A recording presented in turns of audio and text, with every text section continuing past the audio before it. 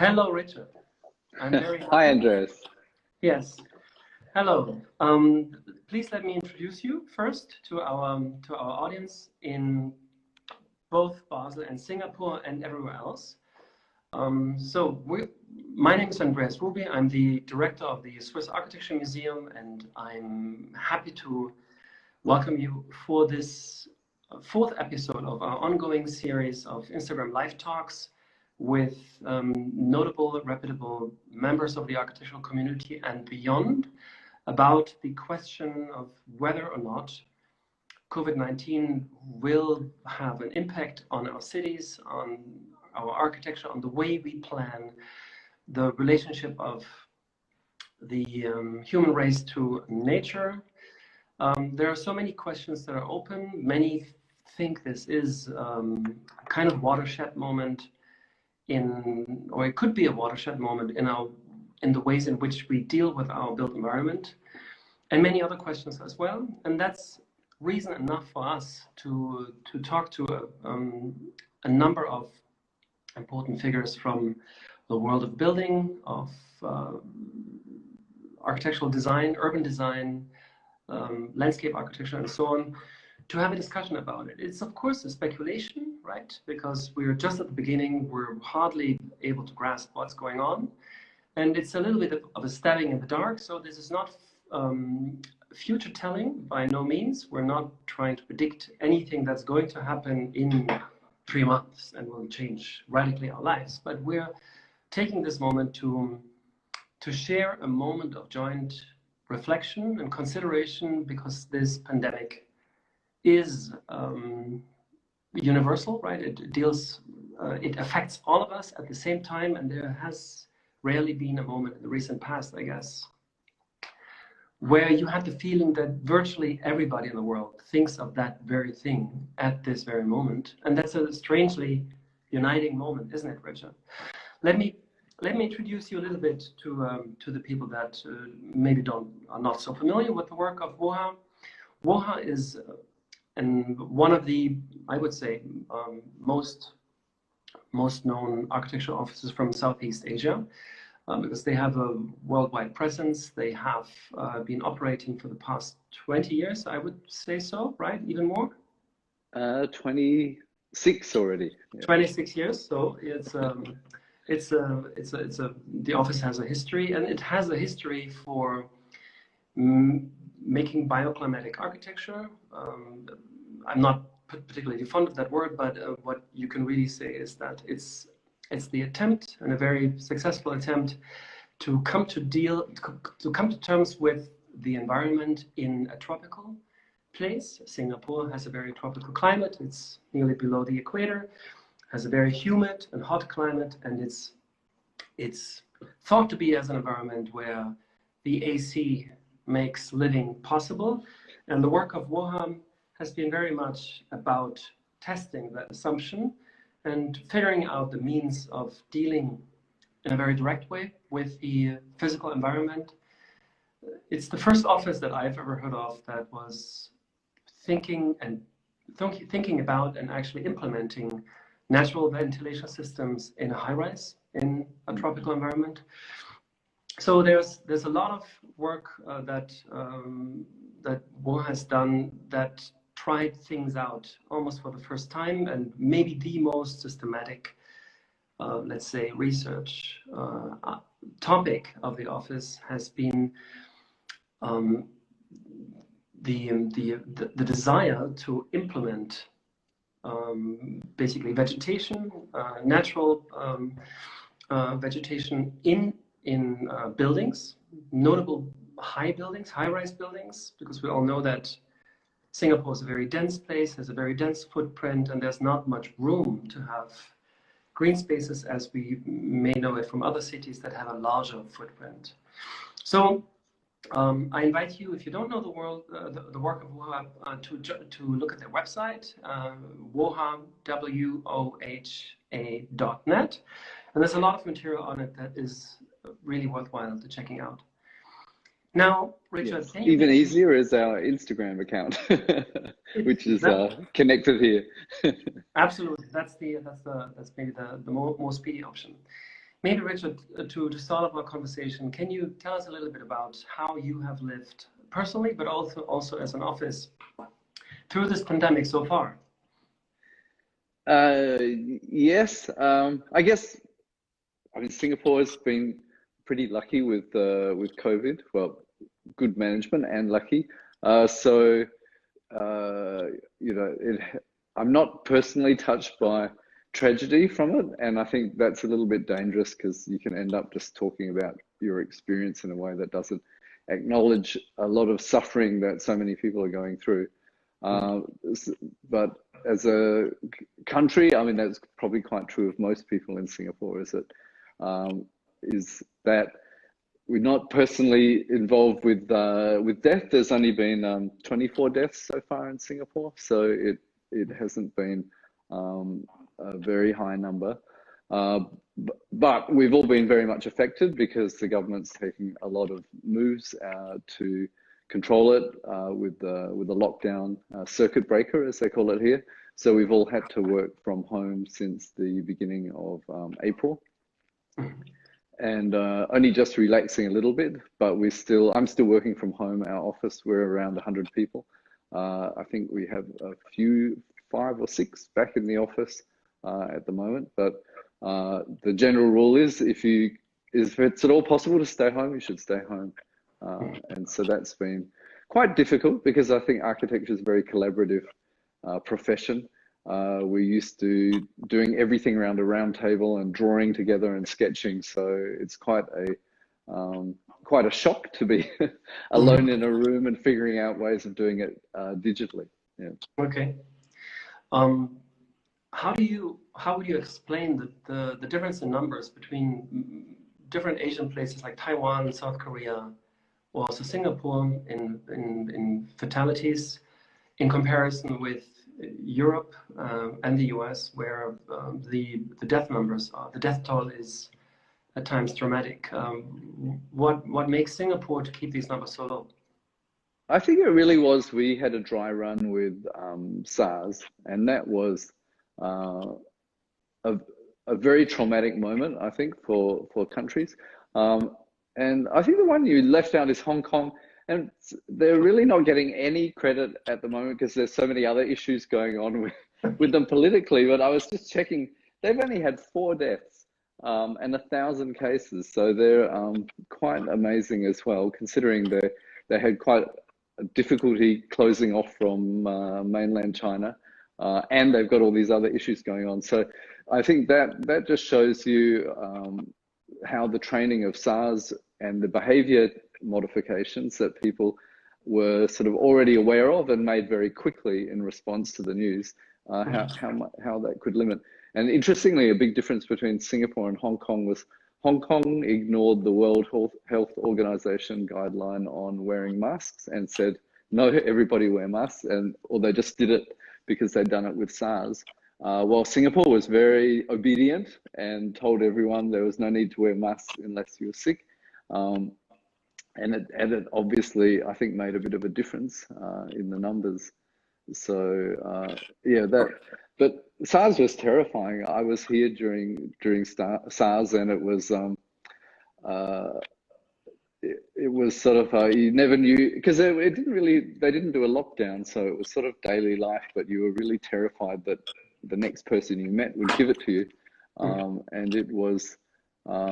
It had a very high death rate, so it was, and it affected everyone pretty much equally. So it was, you know, terrifying at a general level. I think with COVID, there's a certain relaxation amongst people who feel like they're young and healthy, that it's probably not going to get them. While SARS was everybody's, you know, was in the firing line equally.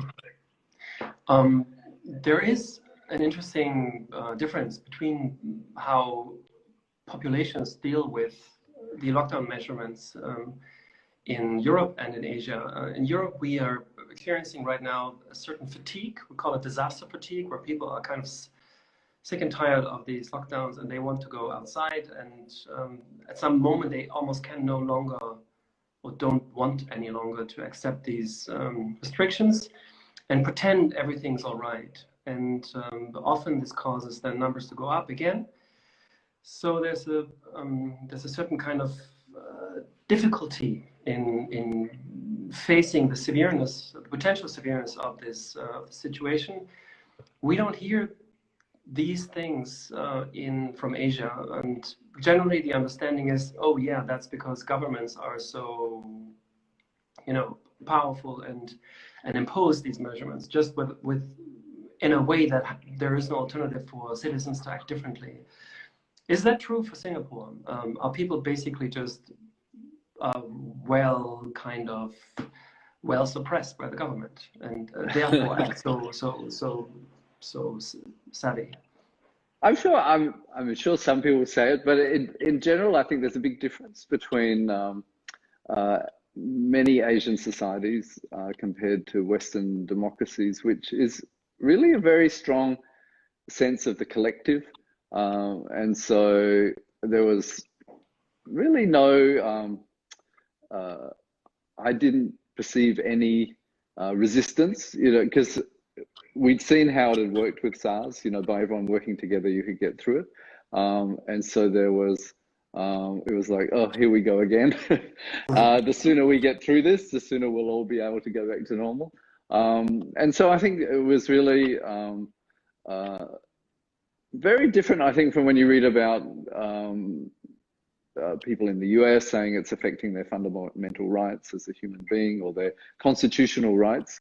I think in Asia, it's a lot more sense of social capital, the value of everyone working together, and it goes through every facet of life, really. So I think the style of government, it sort of hasn't generated a docile population. I think it's the fact that this collective sensibility in the populations has a matching government that is kind of a little like a family model. It's paternalistic, it's caring, it looks after you, but it's also kind of strict and bossy, and so I think it's that cultural difference, I think, which has resulted in both the response to COVID and the kind of governments that maintain here. Mm-hmm. Interestingly, though, I think Australia, because I'm from Australia, which is another place that's done very well with COVID, and I think Australia is an odd Western democracy in that I find it's a very consensus-driven society as well. It doesn't look like it from the outside, but I do a lot of projects there, and it's quite Japanese in the way people will sit around like a project meeting in architecture and really work on agreeing very strongly on every point as they move through it. Mm-hmm. So Right. I think that this desire for consensus and a collaborative, happy outcome is quite a powerful tool for tackling something like a pandemic, I think. So basically, you would say that people are willing to make individual sacrifices in the interest of the well-being of the community. Yes, and I think that sort of social capital generated, that sense of the collective well-being, people feel very satisfied and happy to do that. It feels like a very worthwhile sacrifice to make. It's interesting. And people don't have the feeling that infringes their civil liberties. No, I think it's quite pragmatic. I do find sort of from a Western point of view, sort of the dogma and following the logic through to the ultimate outcome is something that is very inbuilt into society, like to be very rational, tease it apart from a sort of legal point of view and say this is a sort of unassailable case. We've ended up in this position.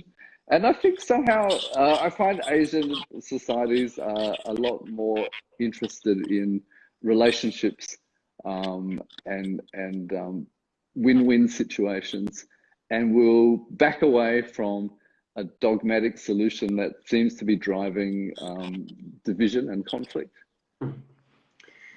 Does the architectural community, designers and so on, think about any kind of effects of this crisis to their discipline, to the ways that they work? Or is it, do you more think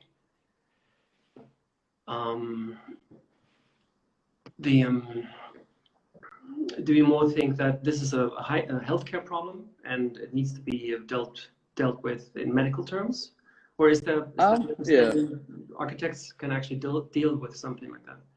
I think the scale of this pandemic, and I think every pandemic probably is going to be different and trick us in new ways, but this one is really at a human scale of sort of meters, and it's about sharing air, I think. So I don't think it's really an urban problem or even an architecture problem. It's more a kind of a room problem, and the ability to separate people. And Singapore's had an interesting problem where, you know, the sector of the population which they couldn't separate, which is the workers' dormitories, has been where the explosion of cases have been. While in the rest of the country, which is very high density, and so is Hong Kong, you know, that density where people are living close together but in sufficient space in apartments doesn't seem to have caused any kind of transmission at all. Mm-hmm. So you would say density isn't the culprit? I would say not, and I think lucky for Singapore because we don't have a hinterland. I know some of the conversations you've been having with others is should everyone run to the country and live far apart, but Singapore just doesn't have that option. So it's quite lucky. I think that's not the only solution to creating sufficient distance between people. There has been a number of our guests that have made this interesting observation. Vittorio Lampugnani, for instance, who's saying actually the problems that we're facing right now, or let's say the most interesting repercussion of COVID-19 for our discipline is that it makes visible problems that we've been having so far, but ignored too much. So now it makes it painfully clear the kind of homework we haven't gotten done. And one of these issues, of course, would be the provision of non-commercial public space that can act as a reservoir or as an asylum for people when they need to leave their home because they just, every once in a while you need to get out. And if you try to find a place where you can be safely in distance from others, green space would be a good option, right? And we've been realizing that we probably, all of our cities have too little green space. Now, this is a particular problem in Singapore because the built footprint is just so intense, and there's not that much space for green spaces to be inserted in the city fabric. Now, a lot of your work has been about the hypothesis to make room for this green space in the third dimension of buildings, whatever you can fit on the ground. Would you say that this current situation, this experience of the pandemic, kind of improves your argument or the possibilities for you to make your argument that we should think about the urban space as a three-dimensional entity that extends just as much in vertical sense as it is in horizontal ways? Yes, definitely. As you said, it's one of our central areas of investigation is really what we call high density, high amenity. And what our sort of understanding is most people are resistant to density because they see it as higher pressure on the commons, you know. So if there's a park and you surround it by 50 apartment buildings, suddenly that park is no longer enjoyable. It's overcrowded because people are, you know, the density is contributing to pressure on a sort of fixed quantum of public space. Yeah. And what we've shown is that actually it's completely possible to create as much public space as you want to by including it in a high-rise form. Can you let me know, because once if you propose that here, clients of buildings would say, well, I'm losing square feet that I can make money off. So how is it possible to actually insert public space, let's say at the 20th floor, and make sure it's accessible and for free? So what they did in Singapore was they made it non-floor area as far as your allowable built floor space. And so that took the pressure on it in that you didn't lose apartments by providing it. It was a bonus additional space. And it also, from a desirability equation of the development, you know, it adds something special that drives up the value of the allowable floor area, whatever you're doing with it. And so I think it's a really key regulatory tool, because often the equation is all about the number of keys or the square meters of saleable area that you paid for the land. High-rise construction is quite expensive, but you know, if you have 30 floors or 40 floors, you know, one floor is maybe 3% or something of that area in terms of construction costs. So it's not a killer in terms of the equation usually. I mean, it's very localized. Every city has its own formula for how much things cost and how much land costs and what people are prepared to pay. So it can't be sort of applied universally, but I think it's a fairly general rule that area that's zoned for high rise, there's the equation seems to be fairly transferable from one city to another. But how does it work exactly? If, as an investor, you want to build 20 floors and or you would be allowed to build 20 floors, and if you say, well, but I'm willing to actually introduce a 3-floor, a triplex kind of public space at mid-height, can I then go higher with the building? With the planning? So would you get in Singapore? In Singapore, there's a story height limit and flexible floor heights. But Singapore's planning envelope tends to be quite baggy. So you know, it's sort of volumetrically there's space to move. So if you know, if you actually packed out the envelope that's allowed, it would be far more than the allowable floor area. So Singapore, I think one reason it's actually got some very interesting high-rise projects is this volumetric bagginess, where you can do something like add in a high volume space and it won't remove space that you could that you needed commercially. We're doing a couple of projects in Australia which have a very different regime, and I've been trying to convince authorities there that this bagginess is what's necessary, because if you squeeze the envelope, it's really hard to get developers to, as you say, give up volume or space to make public amenity space. But is Singapore as a you know, in terms of its government, does it make any kind of suggestions or even obligations, or does it have an interest in trying to invest into this 3-dimensional public space that multiplies opportunities? Yes. So it's become, now it's regulation across Singapore to have 100% replacement green.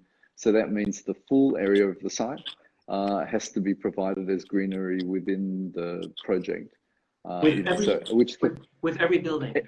With every building. So they were a bit... the idea of Le Corbusier to, you know, in his 5 points of modern architecture, he was suggesting you recreate on the roof the ground plane that you consume with the building.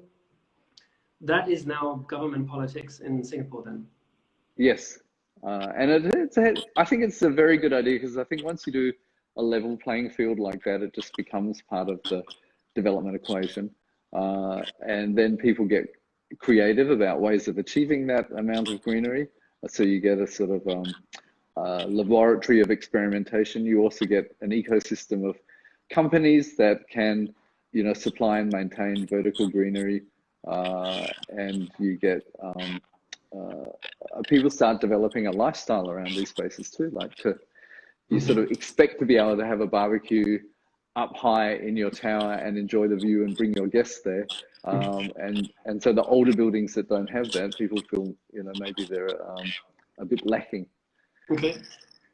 Just out of curiosity, because I've never been in a park on the 30th floor, How do you deal with wind blows? When you have your barbecue, does your chicken sometimes flow in your face? Well, it's another reason why I think this innovation has taken off in Singapore first. Is Singapore has very, very low winds, being right on the equator, because weather tends to head away from the equator. So we're sort of in the dead zone.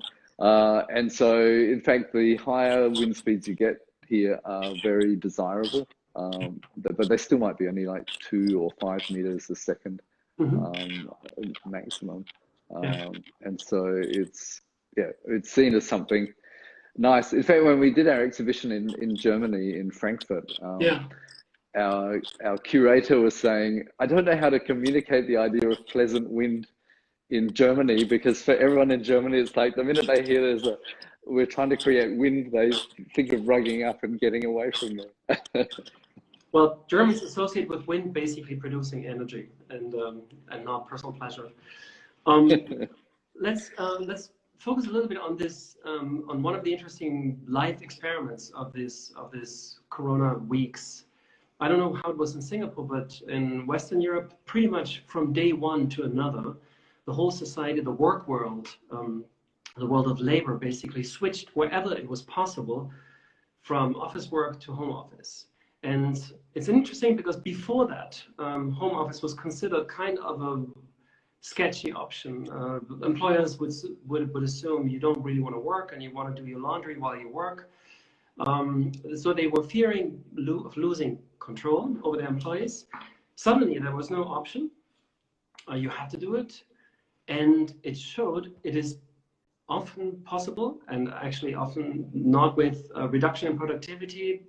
Maybe sometimes even people enjoy it because they have more of their private life, they see their family more and so on. What it shows us is suddenly that maybe 100% domestic building, a residential building, in terms of performance, changes overnight into an office building, office and living building.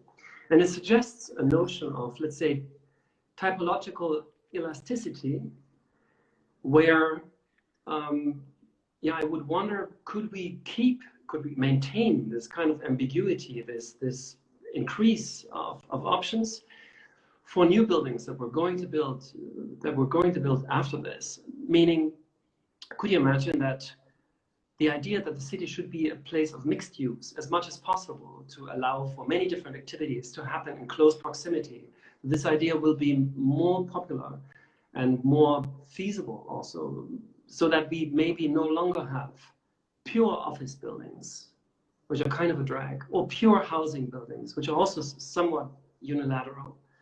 Do you think this idea could actually get a big boost out of this performative collective experiment that we've been going through the past weeks? Yes, well, that's what I'm hoping is a really big outcome, is that it was sort of a year of sort of, bizarro world where everybody's facing something that's completely different than they had before. And we've been forced to adapt very quickly. And we've been forced to adopt technology, when we were quite reluctant before. And as you say, be forced to trust all our staff to be working at home and getting stuff done. So I think, what's amazing, I think, is probably if COVID had happened 10 years ago, the economy would be much more severely impacted worldwide, just because we didn't have the tools to be able to communicate and collaborate in these ways. So in some ways, I think it came at a time when technology actually limited the impact far more than it would have. Again, have to say that that's for us digital knowledge workers who can happily do our job at home. For people who have to turn up to a meat abattoir or a workshop or do other vital services, I think it's hasn't been the same experience for them at all. But I do like the idea that it's made everybody take off their black hat, their negativity about change, and just say I think it will make people more open in future to adopting radical changes to everything, their life, their work, the way cities work. Would you say would you see this equally for the protagonists of the economic protagonists of building development?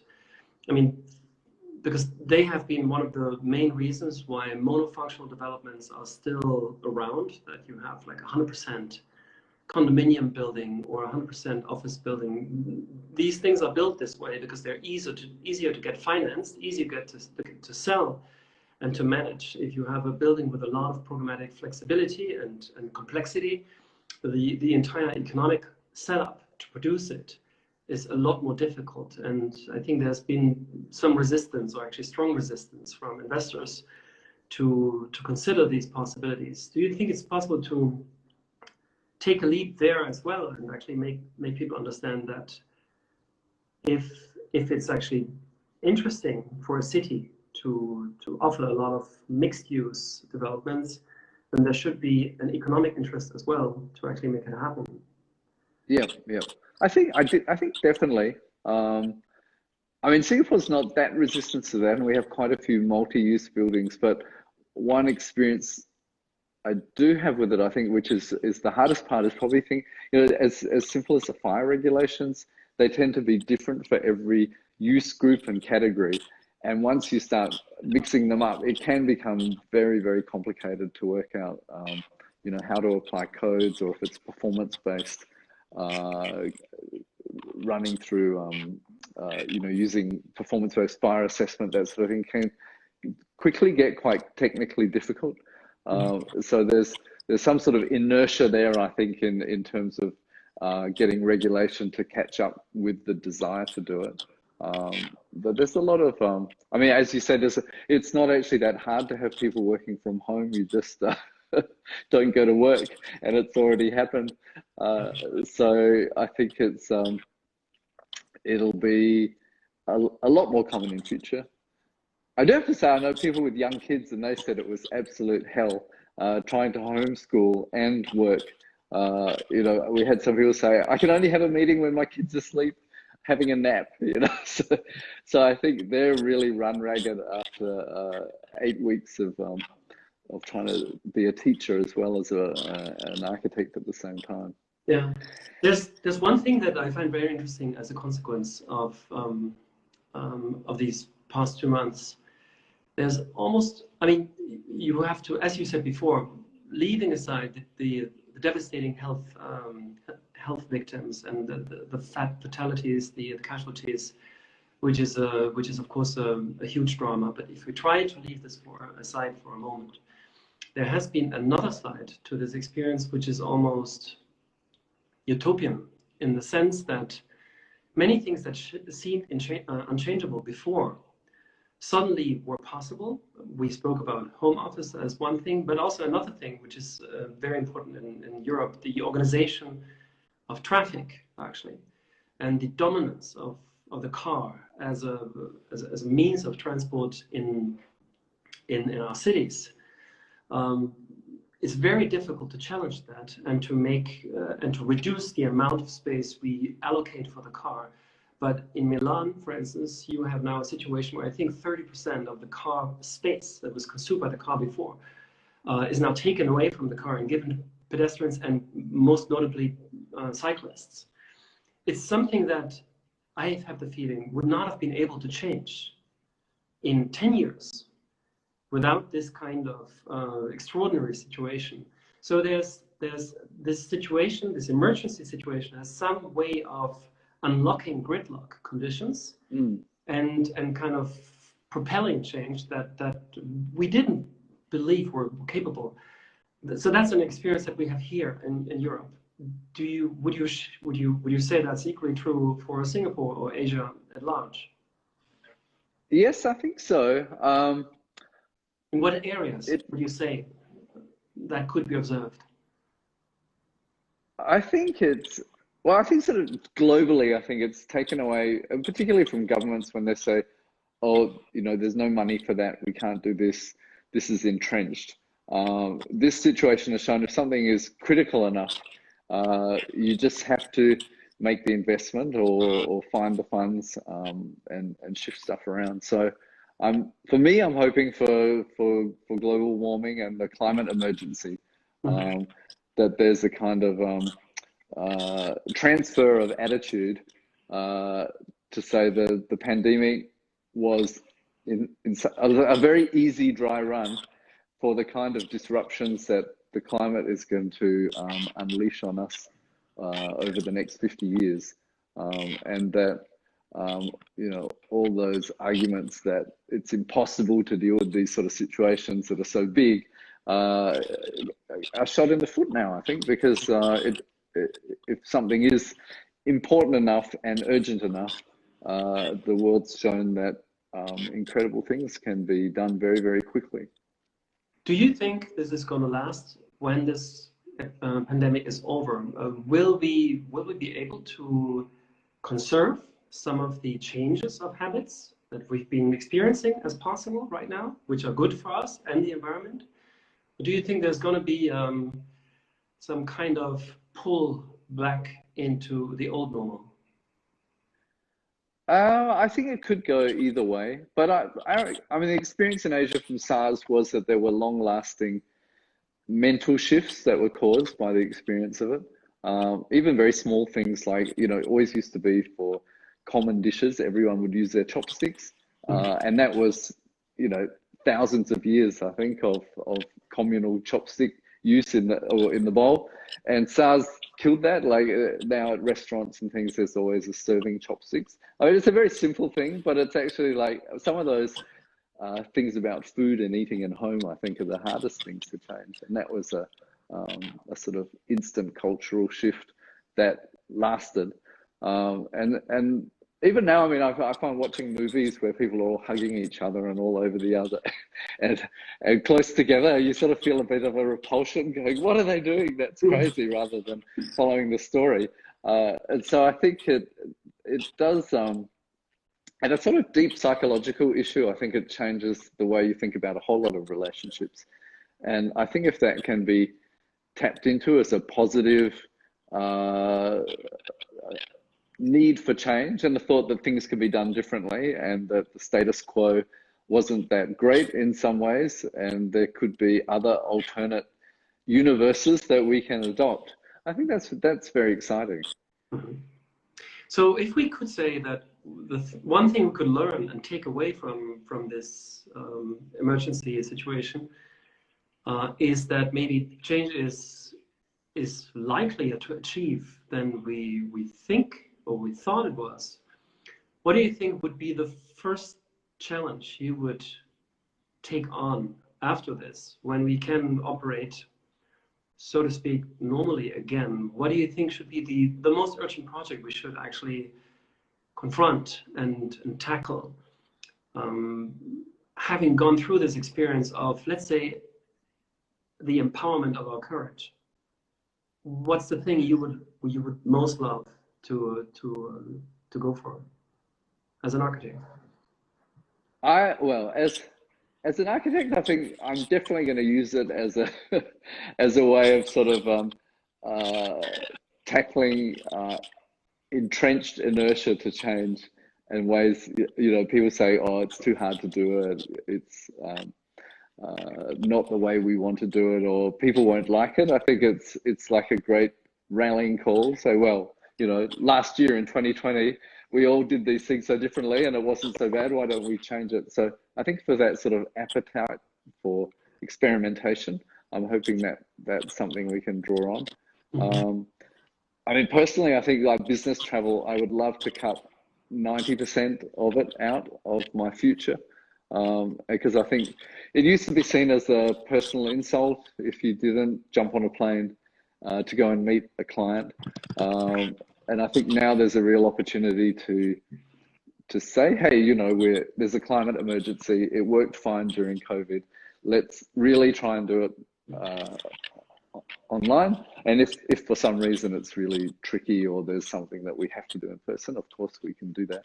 But I would, you know, and I think if global travel, if everyone does that, it's obviously going to have some terrible effects on industries that depend on business travel. But I also think it would be a sort of win for the planet that would be instantly possible to achieve.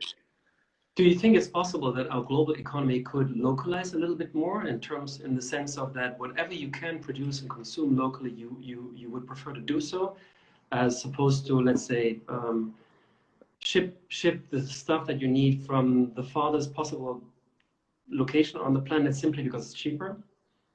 Yes, and I think it's Singapore. One of those aspects is food security, and which they were already acting on. In fact, just when COVID hit, there were already bus advertisements about how they're aiming to get 30% of food produced locally in Singapore, which is quite amazing for a place with no agricultural land at all. So I think, and there's been some interesting statistics around that, like the energy to grow the food, like vegetables in Singapore under LED light, is 1/7 of the energy to ship them in from Australia. So, you know, there's some surprising statistics like that it's actually lower energy to grow vegetables under artificial light for Singapore's situation.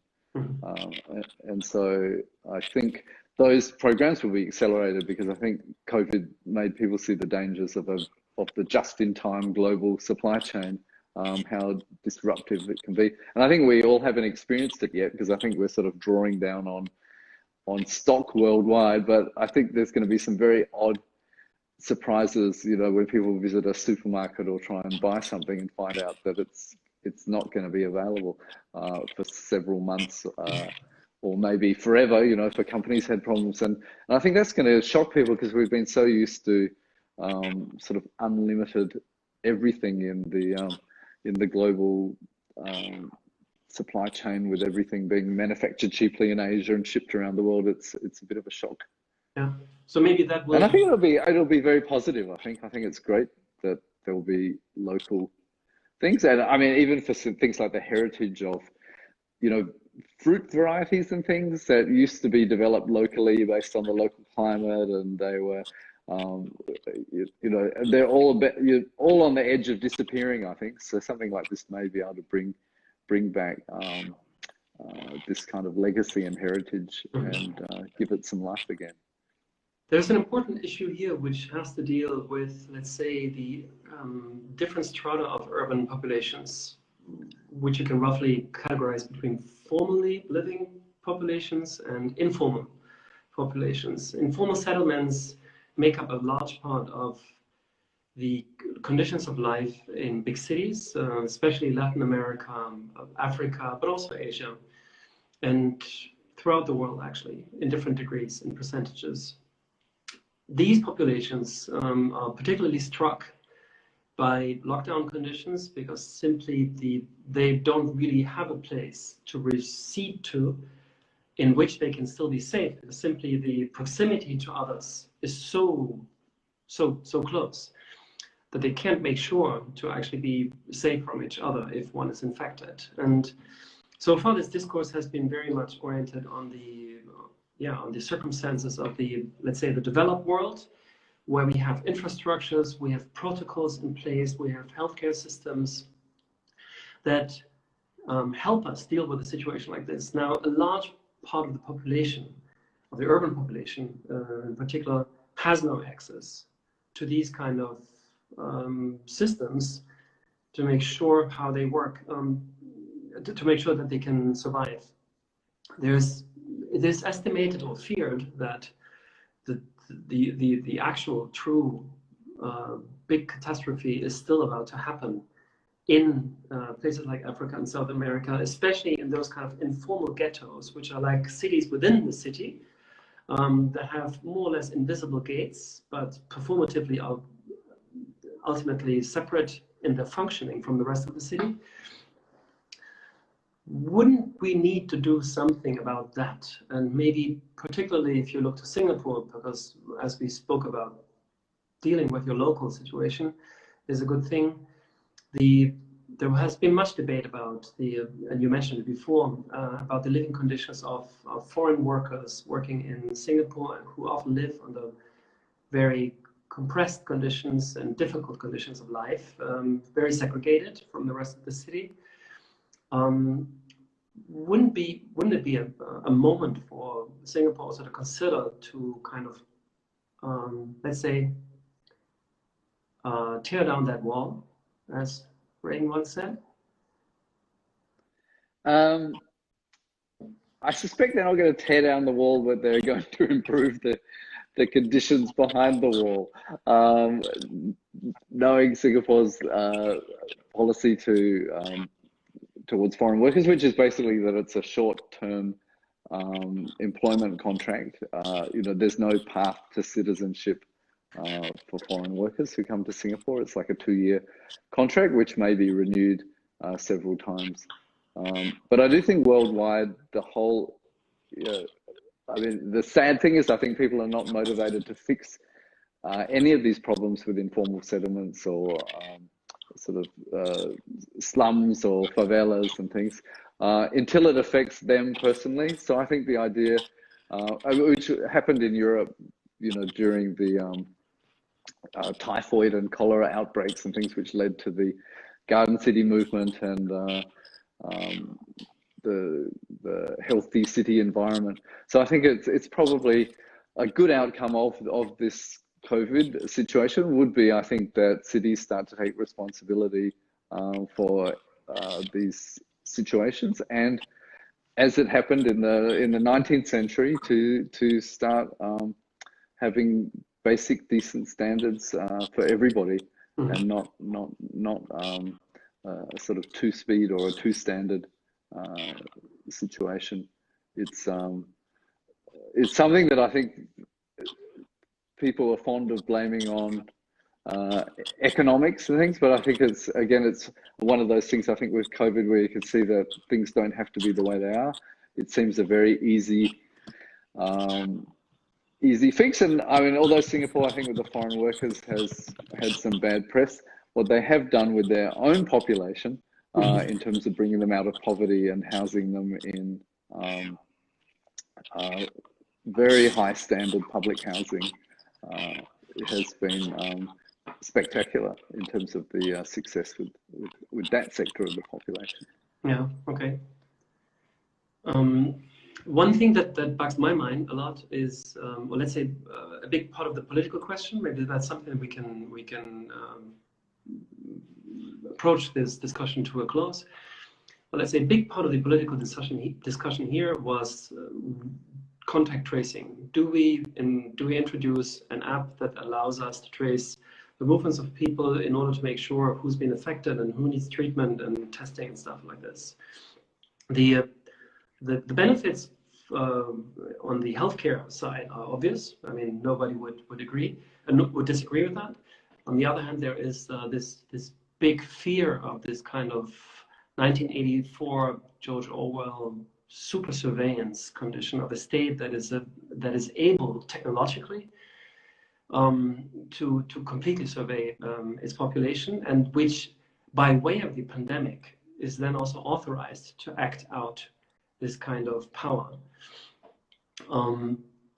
Here the fear is a lot that once you allow that to happen, even only for supposedly a transitory period, the risk is that the state doesn't forget the possibility of how to do this. As we know, the internet does not forget whatever we've put in.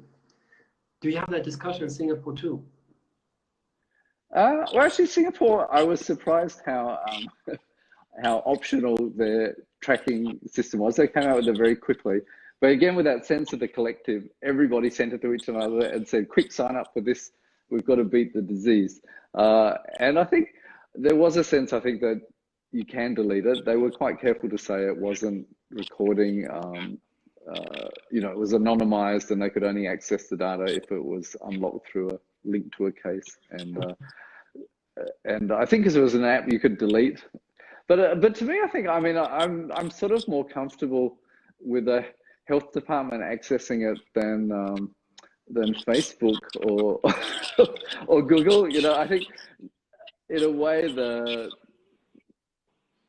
corporations are now more terrifying than the governments, I think, as to what they can do, because I think the governments probably aren't that interested in you, except in particular obvious ways, while the companies are interested in you in 1,000 ways we don't even know about yet, and are able to push our buttons for things that we're sort of not on guard against, I think. You know, like, so I think in some ways the corporate threat is already out of the, you know, the horses left the stable, and the government one seems fairly benign in some ways.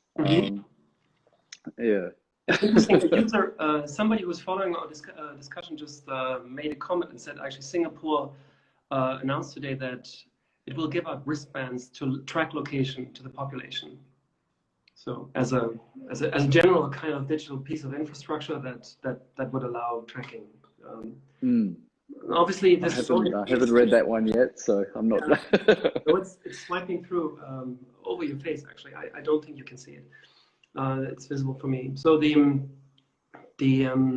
it's a clear indication that the general population must be very, very inclined towards and must be okay with the possibility of.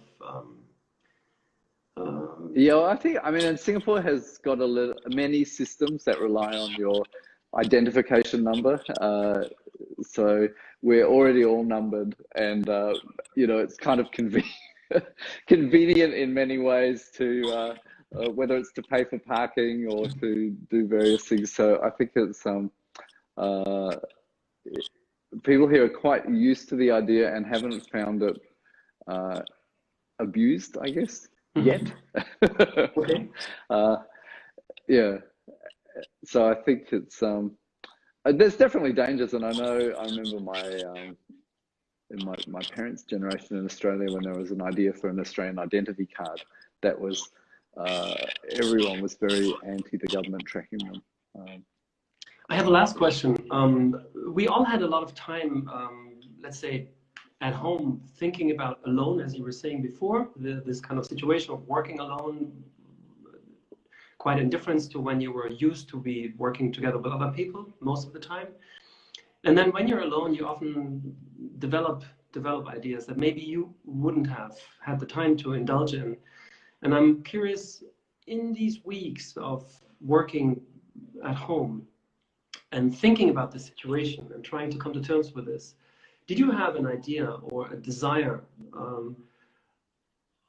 in terms of an architectural project or an architectural fantasy that you would like to explore sometime soon, where you think you would not have had this inspiration to think in this direction without the situation?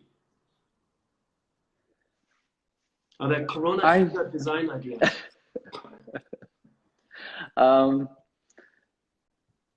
It was sort of the other way around, actually. I was imagining I would have a lot more time to read, and I have all these books lined up that I was thinking could be my work from home, COVID, you know, chance to catch up on a whole lot of really interesting books that I think are feeding into the work we're doing.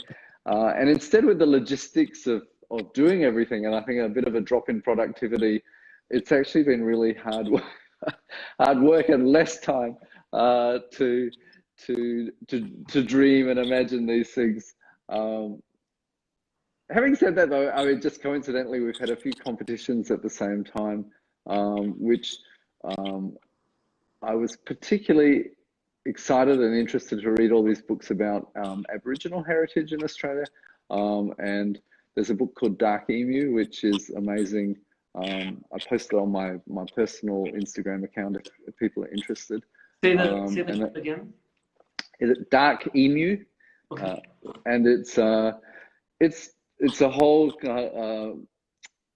suppressed history of the Aboriginals, and actually amazing things, like they were actually growing crops across an area of Australia about 5 times the area where you can now grow crops in Australia. So it looks at actually how it was a completely managed environment sustainably, managed for between 40 and 60,000 years in a way that when the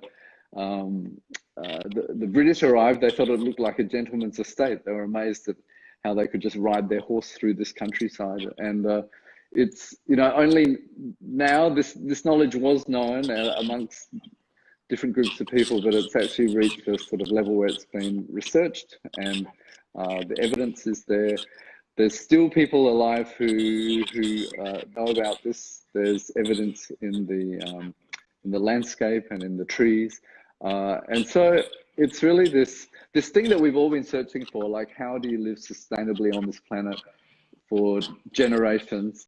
You know, there's an example of a sort of a political, spiritual, ecological, total worldview that was completely sort of disparaged and hidden from view for the last couple of hundred years. So for me, that was the most inspiring, and it's a fantastic book for anybody to pick it up, because I think it does wrap up all those issues that. Yeah, please send a link, and we can also post this, and so that our viewers can indulge in. I think it's a super interesting reflection that sometimes these periods where something is paused help us to connect with maybe something in the history, not so much in the future. And I like this reference to the Aboriginal history of settlement, which is a hugely inspiring field. Yeah, and I mean, it's basically, it was a culture that covered an area the size of you know, USA, and was very intact and high functioning, and you know, it didn't look, because there weren't big buildings and things, it wasn't easy to see because it was mainly about systems and knowledge, and it left very little physical trace that you could point to. And I think that's in a way where we need to head. You know, we're doing a lot of damage with our physical presence. What we urgently need to do is revamp our cognitive frameworks, the way we see the world, and think how by having a different attitude we can do things very differently. And that's sort of that COVID legacy that I'm hoping for, is it sort of opens our minds. We can really examine all our unexamined assumptions about the way things should be, and perhaps we can sort of make a great change to where we need to be much faster than if we just, you know, slowly let things decline over the next 50 years. Yeah, that's cool. Thanks so much. That was a beautiful parenthesis at the end of this talk. I'd like to thank you a lot, Richard. Thanks for staying up. It's 6 hours later than he probably went to bed. I want to I want to use the occasion to actually inform our audience in all over the world about the ongoing series. So next week on June 11th, I'm talking with Ana Pujana, a brilliant architect from Spain, with a beautiful story called Kitchenless City. She has made this research. A week later, on Thursday, 18th of June, we speak with Theo Deutinger, one of the protagonists of our exhibition, and he'll talk about some new content that he's been preparing to be inserted in our exhibition at that time. And the week after, on June 25th, I'm going to talk to Jeannie Gang from Studio Gang from Chicago. And there's more people waiting and coming up in line, so we'll continue like this, and we're very happy to have you as our audience. Stay tuned, and see you again next week. Thanks and good night, Richard. Great. Yes. Bye-bye. Bye-bye.